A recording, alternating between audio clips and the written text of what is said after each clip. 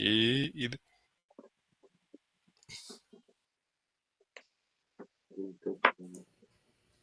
Boa tarde, Fernanda. Boa Olá, tarde. tudo bem? Bem, a senhora? Boa tarde.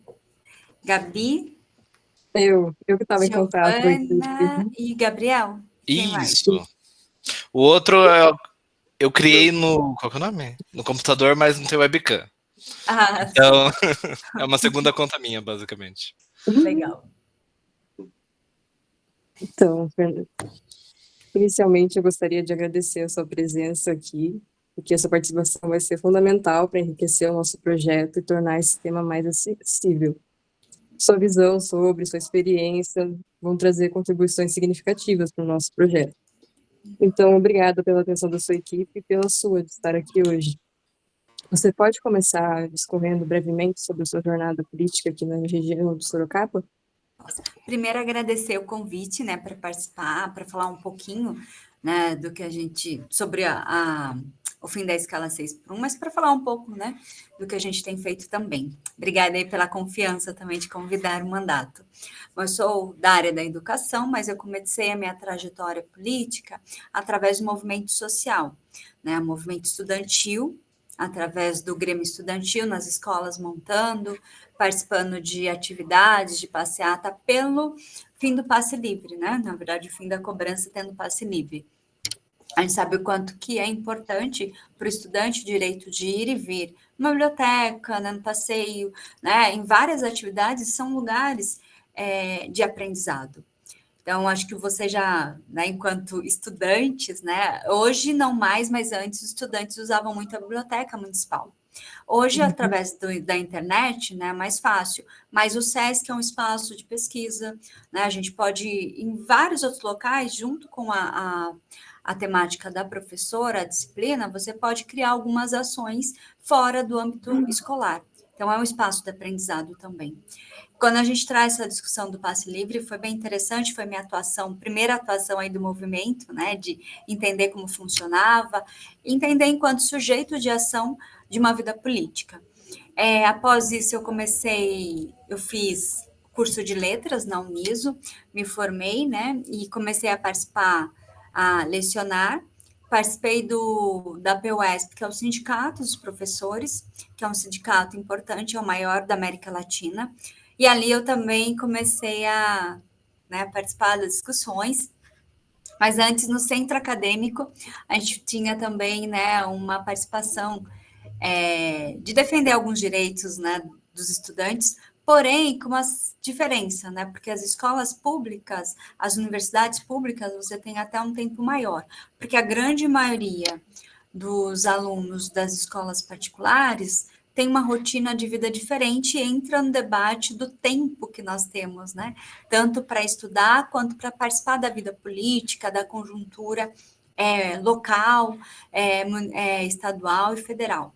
Então, quando a gente traz essa discussão para o âmbito acadêmico privado, né, das universidades privadas, até a participação mais reduzida. Mas a gente, dentro ali de algumas demandas, a gente conseguiu participar do centro acadêmico, e depois a PUESP, participei como assessora do mandato do vereador Raul Marcelo na época, né? Hoje ele está como vereador na Câmara novamente, foi deputado, então tive essa experiência. E sendo filiada a um partido, né? O partido do PSOL. Minha primeira filiação foi no PT, em 98, 99. Em 2005 eu saio para fundar o PSOL, sou uma das fundadoras do PSOL aqui em Sorocaba, e a partir disso a gente foi fazendo vários trabalhos, e meu nome foi indicado em 2012 para representar o partido na Câmara Municipal.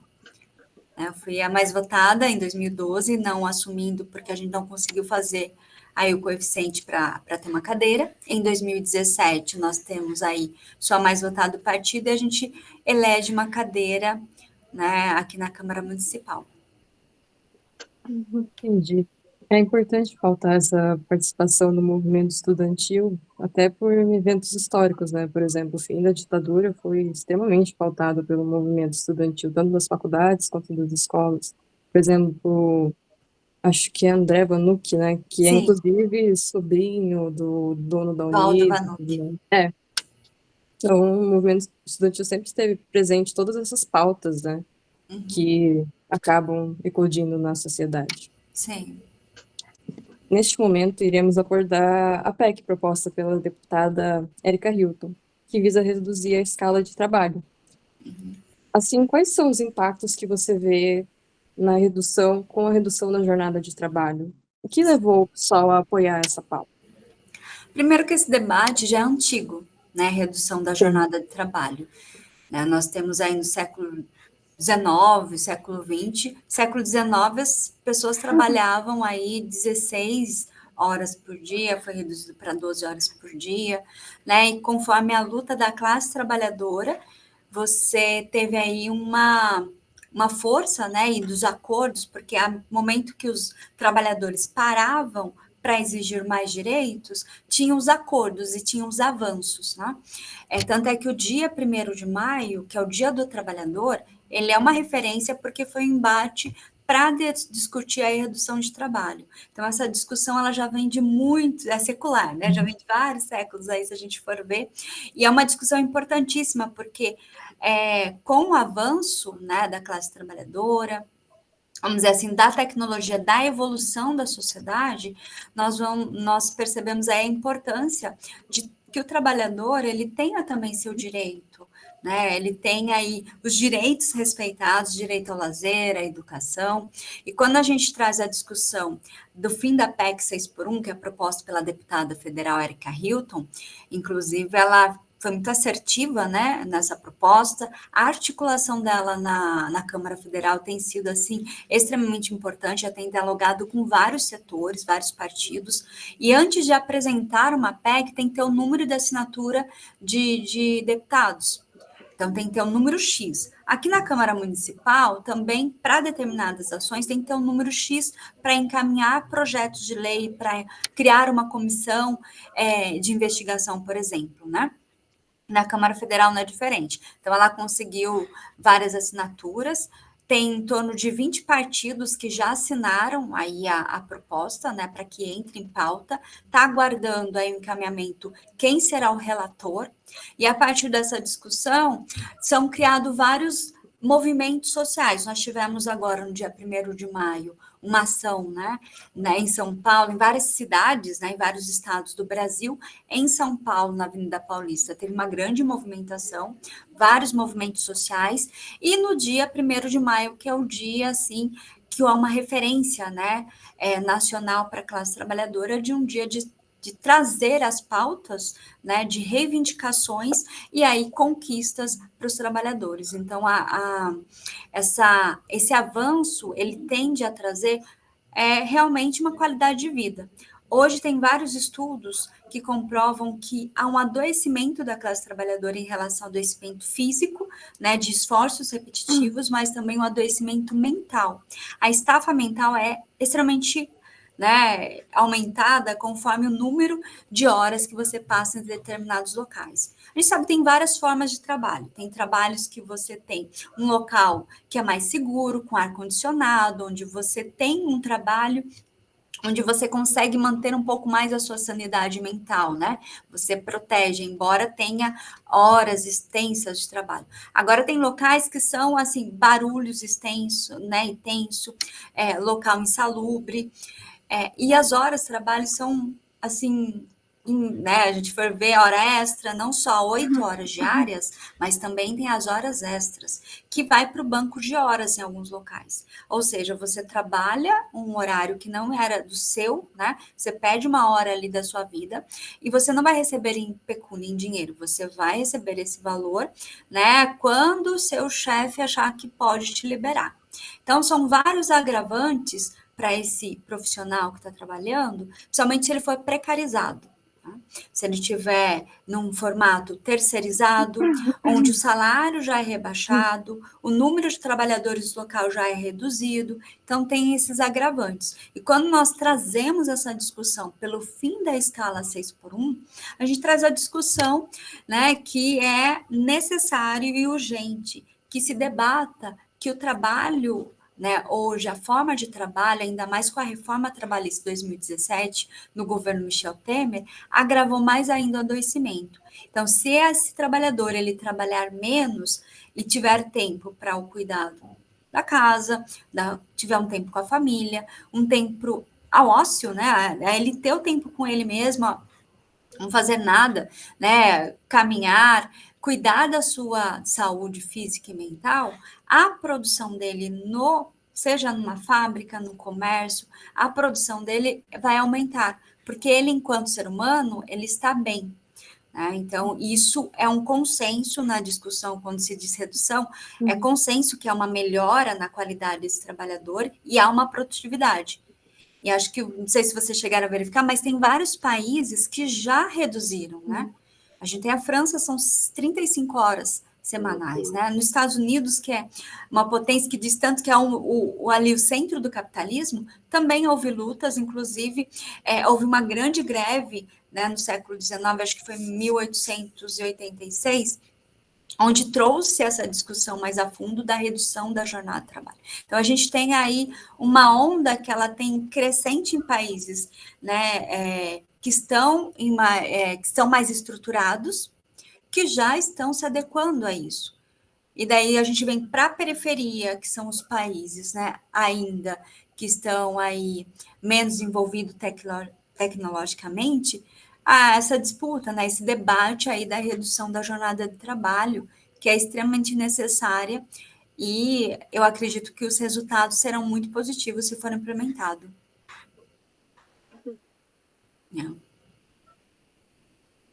Entendi. Bons pontos levantados, vereadora. A gente vai tocar no nosso trabalho bastante a respeito do movimento VAT, né, que levantou essa pauta de uma forma muito cidadã, em sua própria Constituição. Sim. O movimento VAT tem ganhado destaque nas discussões sobre trabalho e direitos. A senhora pode nos explicar o que ele representa e qual a sua relação com a PEC 8 de 2025? Sim, o movimento VAT, Vida Além do Trabalho, só o nome já é um nome assim que agrega, né? Ele foi organizado, um dos representantes a nível nacional é o Rick Azevedo, que ele foi eleito recentemente vereador do Rio de Janeiro, e ele trouxe esse debate de uma forma de indignação da própria condição de vida que ele estava, né? Enquanto profissional, trabalhando de forma, né, longas horas e ainda no horário de folga, inclusive ele traz muito bem isso, né? Que o horário de folga dele, a chefia ligou dizendo para ele entrar no dia seguinte no horário, né, que seria antes do horário que seria normal. Ou seja, a todo momento, agora com a tecnologia, a gente percebe que o WhatsApp ele proporciona uma invasão do nosso tempo, né? Porque antes você trabalhava das 8 às 6 no horário do comércio, saía, né? Ou na educação, né?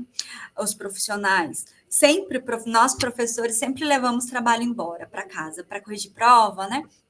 Mas hoje é um assédio também em relação a preencher formulários, ao coordenador ou ao representante mandar pelo WhatsApp alguma tarefa, isso em vários setores, né? No comércio também, pedindo informações determinadas. Ah, não estou achando tal coisa, a pessoa está na folga, ela tem que dar satisfação. Então, quando a gente traz o movimento Vida Além do Trabalho, eles são representantes aí dessa...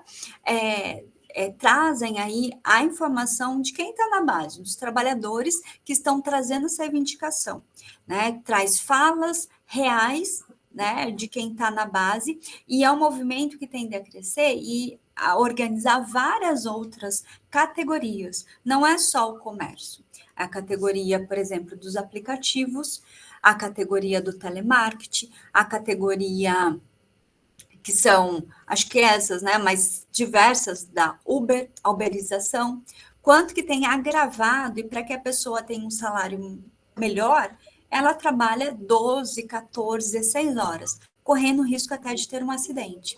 A gente vê isso nos aplicativos de entrega de alimento, que os motoboy, ele assim, é audacioso, né, para chegar no tempo e até mais para conseguir entregar mais produto num curto período de tempo, colocando em risco a sua vida. Então, quando o movimento ele traz esses elementos do quanto que essa corrida pelo tempo e pelo sustento ela é real, e daí a gente entra não só na discussão de quem é assalariado, né, de quem é CLT, de quem é contratado, carteira assinada, mas também os autônomos. Então, uma discussão geral, porque quando a gente traz aí o debate que hoje precisa se pensar como que é a forma de trabalho, a gente traz a discussão que a reforma trabalhista ela não funcionou, ela precarizou e ela dificultou a vida do trabalhador. O trabalhador, ele perdeu muito com essa reforma.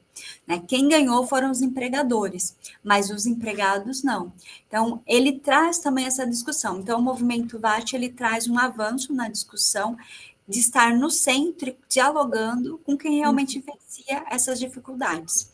E a tendência é crescer, né? Porque o movimento, ele consegue aí participar, né, estar em várias categorias, né, trazendo esses elementos, porque qual que é o nosso entendimento? O parlamento não vai resolver os problemas, né? O parlamento, ele representa um anseio da sociedade, mas a pressão, ela vem muito dos movimentos sociais, das categorias que estão sendo prejudicadas.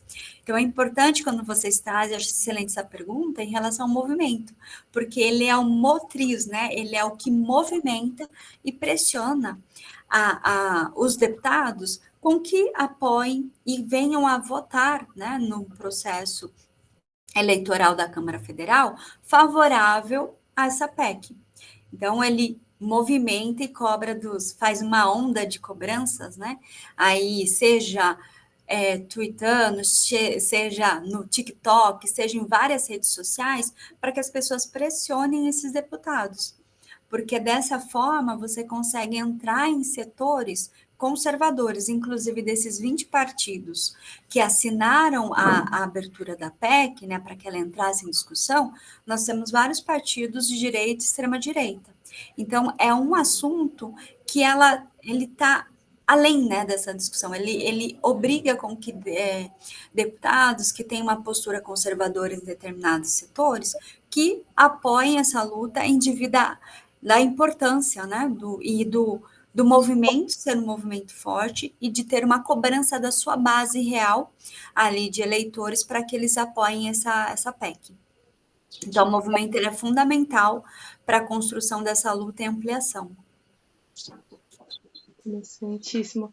Dá para ver que em alguns momentos até essa questão que a senhora trouxe é muito interessante. Tem alguns deputados da extrema-direita, né, que tinham um posicionamento no começo do debate, agora já trocam seu discurso.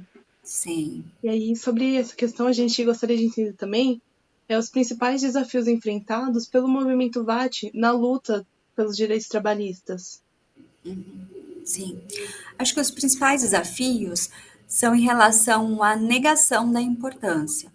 Porque nós temos vários empresários, economistas, que vão tecer várias teorias dizendo que a economia vai falir, né, o mercado vai ficar nervoso, toda essa questão, né, que vai trazer um prejuízo aí para a economia nacional.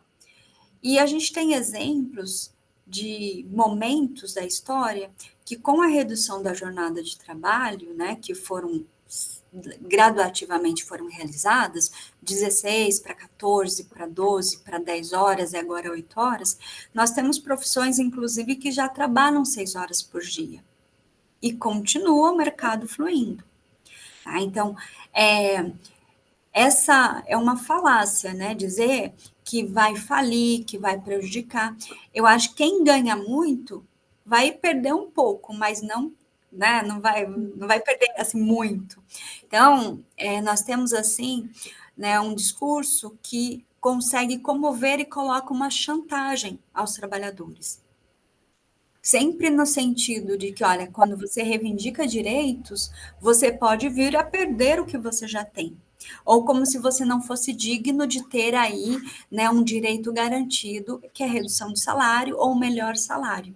Ou para reduzir a jornada de trabalho, você tem que reduzir o salário, quando na verdade não é essa necessidade. Se nós formos pegar, né, aí o ganho que essas empresas, as indústrias e comércios têm é absurdo. Se não fosse, né, tão assim, porque se for colocar na escala, se tivesse uma transparência realmente do que entra, né, do que é pago as contas e do que entra, né, de lucro, do que os trabalhadores recebem, do que o excedente que fica para esse empresário, é assustador. Né? Então, eu acho que o maior enfrentamento é em relação ao discurso negativo de desvalorização da classe trabalhadora e, ainda mais, dizer que esse trabalhador, ele está querendo dizer que esse trabalhador, ele está querendo demais, né? Que é muito folgado, já trabalha 8 horas. Onde já se viu um trabalhador requerer a redução de jornada de trabalho? Onde já se viu um trabalhador querer o direito, né, a entrar mais tarde, ou a não trabalhar numa sexta-feira, ficar 3 dias de folga? Então, a gente tem esse pensamento porque é o pensamento do explorador, vamos colocar. Porque a gente tem várias categorias, a gente sabe que tem avançado muito porque a lei, né, a CLT, ela garante alguns direitos, a própria Constituição de 88, ela traz essa reformulação da garantia de direitos com o governo Getúlio Vargas, né, começou ali a carteira assinada, e daí a Constituição traz todo esse aparato de direitos, mas quando nós temos, todo momento que houver uma movimentação da classe trabalhadora requerendo direitos, melhorias, vai ter uma contra-movimento dizendo que não. Então, acho que o desafio é trazer a informação técnica, que eles estão bem informados, inclusive, eles estão bem preparados tecnicamente, que é a comprovação estatística em relação aos países, né, chamados de primeiro mundo, os países europeus, o quanto eles ganharam em relação à redução de trabalho, e no Brasil, o número de acidentes trabalhistas, o número de adoecimento, o número de afastamento de auxílio-doença por problemas de saúde mental. Então, se a gente for colocar isso na ponta do lápis, a gente tem perdido muitas vidas, porque há um acúmulo de pessoas que estão aí vivendo, ou melhor dizendo, sobrevivendo a medicamentos, né, por via medicamentosa, seja psicotrópicos, seja medicamentos que venham reduzir a dor. Então, nós temos uma fábrica, né, de farmacêutica que vem lucrando e muito com a doença dessas pessoas. Então, isso é muito triste, isso é revoltante. Então, quando a gente traz essa discussão, é para ter um olhar. Qual que é o ser humano que a gente quer daqui 10, 15, 20, 30 anos? Quais são as novas gerações? Vocês, inclusive, enquanto futuros profissionais, né, na nova geração, nós queremos que vocês tenham trabalhos dignos e com saúde mental. Né? Então, a gente está lutando hoje para que vocês e para que, né, filhos, netos e as futuras gerações, elas tenham condições de ter uma vida, né, além do trabalho. Porque o ser humano, ele é muito mais, e tem até uma música do Titãs, de 97, que é aquela comida, né? A gente não quer só comida, diversão e arte, né? A gente quer ir para qualquer parte, a gente quer ter direito a estudar música, né? Estudar uma língua nova, fazer um novo curso. O ser humano, ele tem essas habilidades, mas que ficam ali sem serem despertadas. Então, quando a gente traz essa discussão, a gente quer que o ser humano ele seja completo na sua totalidade. E para isso ele precisa ter tempo para elaborar e para vivenciá-las. Obrigada. Excelente. Boa tarde, deputada. Meu nome é Diogo. Em relação às implicações sociais e políticas, de que maneira a redução da jornada de trabalho ela poderia estar impactando a desigualdade social no Brasil? Bom, acredito que tem a discussão, com a redução da jornada de trabalho, a gente conseguiria contratar mais pessoas. Então, a gente tem um exército de pessoas, né, que estão desempregadas, e com a redução, você aumenta a vaga para que mais pessoas possam ser contratadas. Com o capitalismo, o sistema capitalista, já é dito que tem, né, eles dão por exemplo, tem competições aí no mercado de trabalho. Então, muitas vezes a pessoa a gente cansou de ver isso nos noticiários. Tem uma fila para entregar um currículo, seja no supermercado, numa indústria, num comércio. Você tem uma fila quilométrica. Ou seja, às vezes abre uma vaga, né? Abre poucas vagas e tem uma fila enorme. E isso dá o direito a esse empregador até sucatear mais. Eu vou colocar um valor baixo, porque eu sei que alguém nessa fila vai aceitar a proposta que eu ofereço. Então, a gente tem uma oferta de trabalho muito grande, né? Um número de trabalhadores aguardando muito grande. Então, quanto mais trabalhadores estão aí aguardando e precisando de trabalho, você cai aí o salário, né? Você reduz aí o valor de determinadas profissões. Porque o mercado, ele tem várias, né? Ele pode escolher ali, né, jogar um salário mais baixo, que vai ter sempre alguém disposto a aceitar, em virtude da precarização, em virtude da dificuldade financeira, muitas vezes da miserabilidade que essa pessoa pode estar enfrentando. Então, ele utiliza desse artifício também para sucatear ainda mais o serviço, né, para rebaixar os salários. E isso impacta no poder de compra dessas pessoas, impacta se ela vai ter uma moradia digna, se ela tem condições de acompanhar, né, de ter um acompanhamento médico, né, de tomar os medicamentos, de se cuidar. Então, tem todo o impacto, até se ela tem condições de ter uma vida, né, que lhe proporcione, de repente, ter mais informação, cursar uma universidade, dar aí a possibilidade de segurança para que seus filhos possam cursar uma universidade, ou que ele possa acompanhar a educação dessas crianças. Então, quando a gente tem essa discussão, ela tem impacto, sim, né, no acúmulo aí de oferta de trabalho que tende a ter. Porque se você reduz o número de horas, você obrigatoriamente, né, você precisa contratar mais pessoas. Então, essa contratação, ela pode ser muito positiva, lembrando que a redução, ela discute aí a permanência do salário, né, que o salário não seja rebaixado, e até, se a gente for fazer uma discussão, que ele seja valorizado, que ele tenha um aumento. Porque é impensável que em alguns trabalhos, né, vamos pegar os trabalhos mais sucateados. A gente tem aí o trabalho do profissional da limpeza, né, que faz o serviço de limpeza nas UBSs, nas escolas.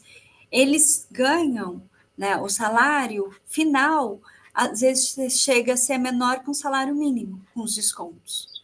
Né? Como que uma pessoa vai sustentar a sua família? Né? Então, você tem todo um agravante ali, e daí ela é obrigada, muitas vezes, a fazer hora extra, isso quando consegue, né? Mas tem todo um agravante da condição de trabalho. E isso é um pouco da discussão que a gente traz, né? Que esse sistema hoje, ele é muito precarizado e ele não seria só reduzir, mas também discutir o salário em algumas categorias que estão bem rebaixados. Se vocês observarem, no campo onde tem mulheres, o salário é mais rebaixado ainda, porque as mulheres tendem a ganhar menos na sociedade que os homens, embora tenha sido recentemente aprovada uma lei onde seja proibida a diferença salarial entre homens e mulheres. Mas a gente sabe que ainda existe, né? Porque daí pode inventar um cargo X, que os homens coloquem mais homens, e eles passam a ganhar um salário maior, né? Então, a gente também tem essa variante, que é a relação do sexo, né? Nós vemos uma sociedade machista, onde ainda as mulheres, né, elas recebem salários menores e em locais muitas vezes precarizados. Então, isso também é uma discussão que traz. Quando a gente vai discutir a redução da jornada de trabalho, a gente faz toda essa discussão também em relação à condição mesmo, né, da população hoje e o quanto ela precisa evoluir. Porque a concentração de renda estão na mão de poucos, né? Tem pessoas que são milionárias, bilionárias, enquanto outras sobrevivem, né, com menos de um salário mínimo por mês. Infelizmente, essa é uma realidade muito forte ainda hoje em dia, né? Sim. Nesse sentido, vereadora, quais estratégias a Câmara de Vereadores de Sorocaba ela vem utilizando para engajar mais pessoas nessa discussão sobre a redução da jornada de trabalho? Sim. Então, a Câmara é um espaço que a gente legisla, né, a produção de leis internamente é no município. Mas, enquanto parlamentar, a gente traz vários debates, inclusive aqui para o plenário, né? Nós teremos uma audiência pública agora no dia 10, né, sexta-feira, com a Erika Hilton, que é né, uma autora do projeto que está encabeçando. Nós teremos essa audiência pública na Câmara Municipal, onde vai trazer esse debate. A Câmara ela é televisionada, né, as audiências públicas. Então, quem está em casa vai poder entender melhor como está essa situação. Porque hoje ainda, quando a gente traz o debate do fim da escala 6x1, as pessoas ainda estão começando, tem a discussão que precisa mudar, mas também tem algumas dúvidas. Dúvidas essas que são trazidas, inclusive, por setores que não querem que aconteça a redução. Então, quando a gente traz um espaço aberto, numa linguagem acessível a todas as classes sociais, a gente leva os debates para outros locais. Então, a Câmara tem uma importância, né, assim, de ajudar com que esse debate avance em outros setores, sem dizer que a gente conversa com a nossa base, né, com as pessoas que estão ao nosso redor, trazendo postagens pelas redes sociais, que hoje as redes sociais estão sendo muito utilizadas para divulgação do que acontece e para também esclarecimentos. Então, as redes sociais é um espaço importante também para provocar. Nós fizemos, inclusive, né, tem várias câmaras que estão trazendo essa discussão para que haja aí um número maior, para que dentro do município tenha esse cuidado em proteger, para que haja uma redução. Então, está tendo essa discussão em algumas câmaras municipais. Mas eu entendo que nós, enquanto parlamentares, enquanto também espaço, né, de atuação, a gente tem aí de divulgação e ampliar as campanhas. Existe hoje também uma campanha que iniciou, que é o plebiscito pelo fim da escala 6x1 no Brasil. Esse plebiscito, a tendência, se eu não me engano, até setembro, para que seja finalizado. Então, está acontecendo a votação em vários setores. Em Sorocaba, teve algumas atividades onde foram feitas coletas de assinatura, que as pessoas pudessem ali votar. E esse plebiscito é uma forma de informar como que está sendo, né? Você vai, conversa com a pessoa, tira a dúvida, né? E traz para ela informações que muitas vezes não teve tempo de tê-las em virtude da sua carga de trabalho, né? E a gente, se for pegar o universo feminino, como eu falei, as mulheres, elas não trabalham só remuneradamente, né? Fora da sua residência, da sua casa. Elas também trabalham internamente. Então, tem várias jornadas de trabalho, né? Tem uma pesquisa de 2022 que traz que as mulheres trabalham 10,4 horas por semana a mais que os homens. Então, isso lá já limita, por exemplo, de ler um artigo, de ler uma revista, de ler uma reportagem, porque ela está cuidando de outros afazeres. E o tempo que ela tem, ela vai querer descansar, né? Porque o cansaço físico também prejudica a sua elaboração intelectual.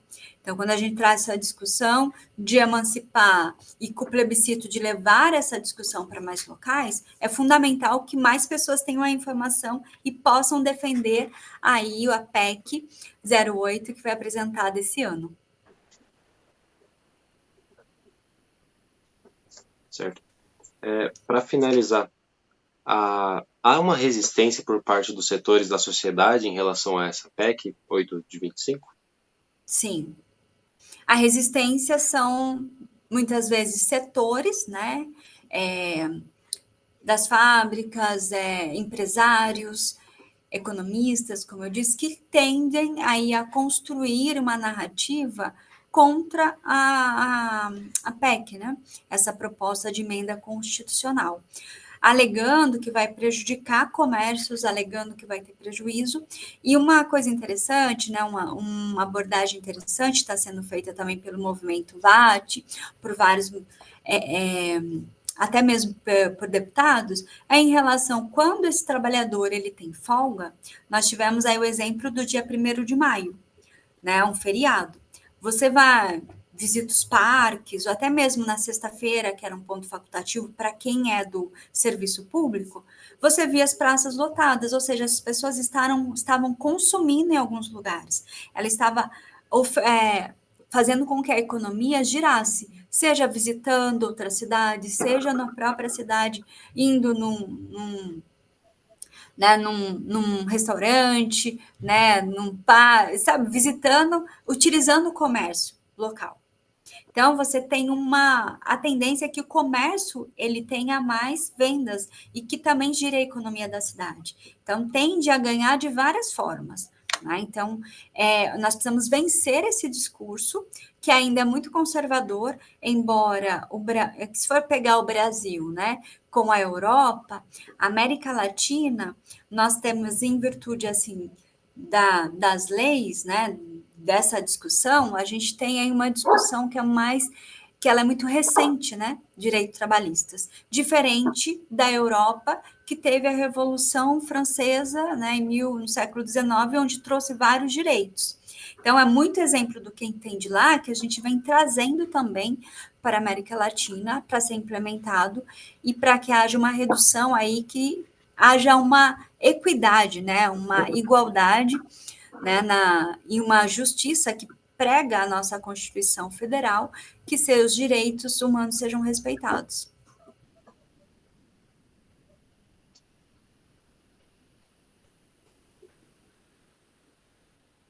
Eu acho que a PEC também é uma via de mão dupla para pequenos comerciantes, né? Porque, como você disse, a economia é como se a economia fosse se distribuir entre os demais comerciantes também, né? Porque a gente tem um panorama em que a concentração de renda está em grandes empresários. Então, com a diminuição da escala, com o consumo que você citou, esses pequenos comerciantes também teriam um maior ganho de renda, eu imagino. Sim, exatamente. Porque normalmente é no bairro, né, que as pessoas Sim. andam, vão comprar, elas utilizam ali, né?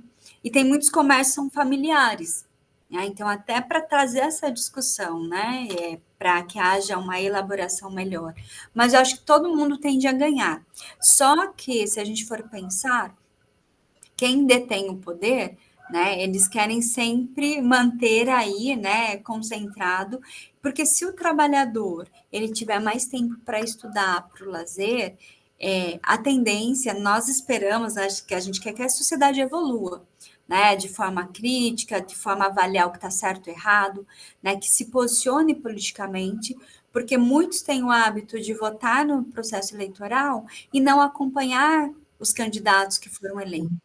E isso tem um resultado determinante na vida dessas pessoas, porque é na Câmara Municipal que é votado algumas leis, por exemplo, se tem aumento, né, de funcionário público para atender, se vai ter mais investimento para a construção de uma creche, se vai ter mais investimento para melhoria de uma estrutura de lazer no bairro, na sociedade, né, construção de uma piscina comunitária. Então, são todas essas questões. E a nível estadual também, e a nível federal. Quando essas pessoas elas têm mais tempo, inclusive para leitura, para pensar e analisar a conjuntura local, eu acredito que todo mundo ganha. Mas tem aí alguns setores que podem se prejudicar, porque eles vivem através da desinformação do ser humano. Quando o seu eleitor ele é desinformado, ele aceita fake news, que tem uma crescente, a gente percebe aí que quem está no poder permanece mesmo não tendo uma conduta ética com a que ele se comprometeu. Inclusive não cumprindo seu programa de governo, seja do executivo, as propostas que foram apresentadas às vereanças, a nível estadual, até a nível federal. Então, quando esses parlamentares que se recusam a cumprir com o que eles se estabeleceram, né, é importante que a população ela tenha ciência e possa cobrar. Então, se você tem mais tempo livre, você, teoricamente, vai ter mais tempo para acompanhar como que está a sociedade, né, e aí participar dela. Que é o que nós desejamos e esperamos, né? Inclusive tempo para estudar, né? Para elaborar.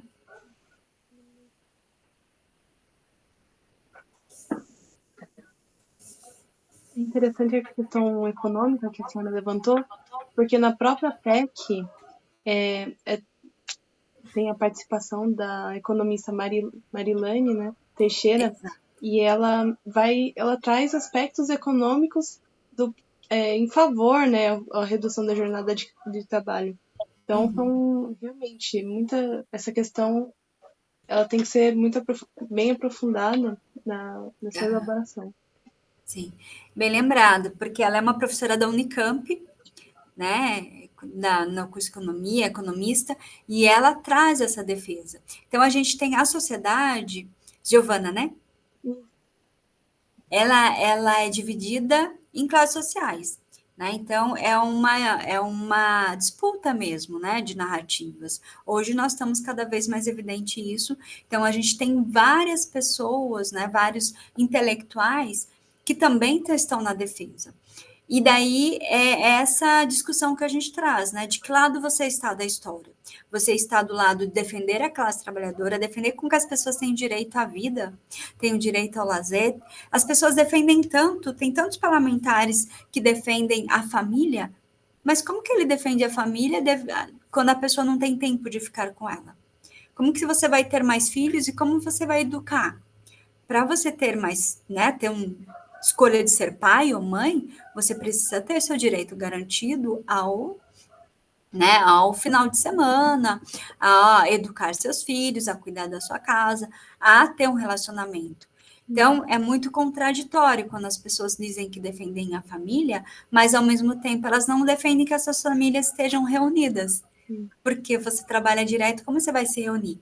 A criança vê o pai saindo de madrugada, chegando à noite, a mãe saindo de madrugada, né? Então, tem pais que têm, assim, uma rotina, pegando na Grande São Paulo, né, que são 2 a 3 horas de ônibus para chegar até o trabalho.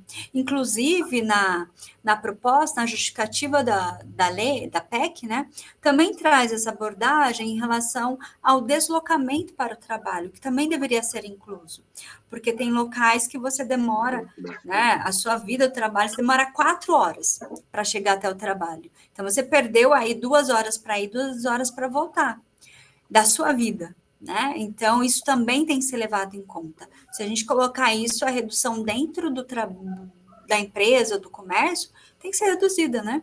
Para que você também possa ter esse momento aí de trânsito de um local para outro. Então, o debate é muito extenso, o debate é muito amplo, ele é muito instigante, né? E muito importante. Então, acho que esse elemento ele está trazendo várias ideias para muitas pessoas, muitos jovens, inclusive como vocês, né, que estão aí interessados em debater esse assunto. Eu acho muito louvável, né, parabenizar pela proposta, né, do debate da Jornada 6x1, porque vocês ajudam também com que mais pessoas possam entender como que está acontecendo e contribuem, né, para que hajam aí mais pessoas informadas, que aumente a campanha, né, de divulgação. Então, é fundamental a participação do campo, né, universitário, acadêmico nesse debate. Muito bom. Boa tarde, vereadora. Prazer, Gabriel. Boa tarde. Para finalizar, que mensagem a senhora gostaria de deixar para os trabalhadores e trabalhadoras que apoiam a PEC e o movimento em si, o movimento VAT? Sim. Bom, que as pessoas acreditem, né, nessa possibilidade, porque é um movimento que tem crescido. Acho que quanto mais pessoas participarem, obterem informações, conversarem com vizinhos, com os amigos, com os familiares, da importância da redução e se colocarem, né, avaliarem qual que é a sua rotina, qual que é a rotina da família, porque, de fato, se nós pararmos para olhar os nossos familiares, né, os nossos vizinhos, a grande maioria está adoecida. A grande maioria vive uma loucura, né, uma luta contra o tempo para conseguir fazer as coisas, para conseguir cursar uma universidade, trabalhar ao mesmo tempo, conseguir organizar sua casa, né? Então, a mensagem é que as pessoas participem desse debate, que ele é muito amplo, e quem tem uma visão contra, que procure entender um pouco mais, conversar com quem vivencia essa rotina, né? E se colocar também com empatia, porque é muito fácil falar quando você não está no lugar do outro, né? Então, acho que é importante também estar nesse lugar, né? Se não vivencia, entender como funciona e também respeitar, porque as pessoas não estão trazendo esse debate do nada. Há toda uma construção, né? Como eu falei. E hoje parece que é algo impossível, né? Reduzir a jornada de trabalho. Mas se nós pensarmos, há 100 anos também era impossível reduzir a jornada de trabalho, né? Há 150 anos, né, as pessoas não iam, trabalhar 8 horas por dia, isso é impossível, porque eles trabalhavam muito. Então, eu acho que com o avanço da sociedade, a gente tem que avançar em várias políticas públicas e a redução é uma delas, que eu acho que é fundamental que toda a sociedade participe e contribua para a evolução. Entendi. Em nome do grupo, gostaria de agradecer a presença da senhora aqui, a disponibilidade. Sim. E é isso. Querem falar algo, pessoal? Queria agradecer também, né, porque pela atenção da sua equipe, porque estiveram à disposição o tempo todo, que nós chamamos, eles marcaram um dia, ofereceram a câmera para nós irmos, infelizmente a gente não pôde por conta da semana de provas que a gente está, Sim, mas agradecer toda a atenção do seu mandato, com a pauta e legal. com o projeto. A gente está super aberto, gente, que sempre que precisar. Muito obrigada. Muito obrigada. Muito obrigado. Obrigada. E quando vocês puderem fazer uma visita aqui para a gente, serão muito bem recebidos. A gente tem uma organização aqui de fazer um tour, né, pela Câmara. Vocês podem vir também conhecer como que funciona, vir no plenário. Sei que é mais difícil por causa do horário, né? Mas fica já o convite. Muito Obrigada. Tá bem? Certo, muito obrigado. Né? Obrigada, gente. Até mais. Até mais. Até. Tchau.